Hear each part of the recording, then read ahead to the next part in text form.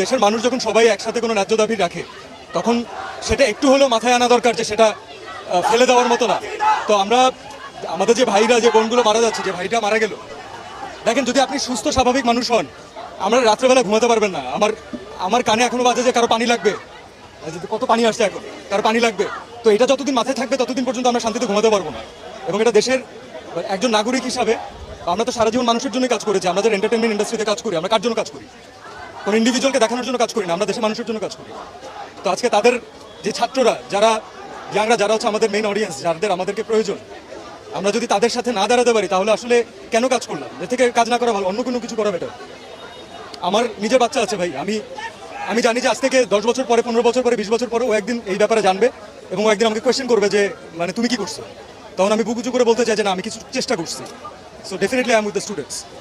একজন বাবা মার আহাজারি, এটা যার যায় সে বুঝে ভাই। সো এটা জানি না আসলে এখানে কতটুকু আসলে এখানে ঢেকে ঢেকে বলা পসিবল। আমি কোনো ঢেকে কোনো কথা বলতে চাচ্ছি না আসলে। আর এটা এর বিচার যতদিন পর্যন্ত না হবে ততদিন পর্যন্ত বাংলাদেশের কোনো মানুষ শান্তি পাবে না।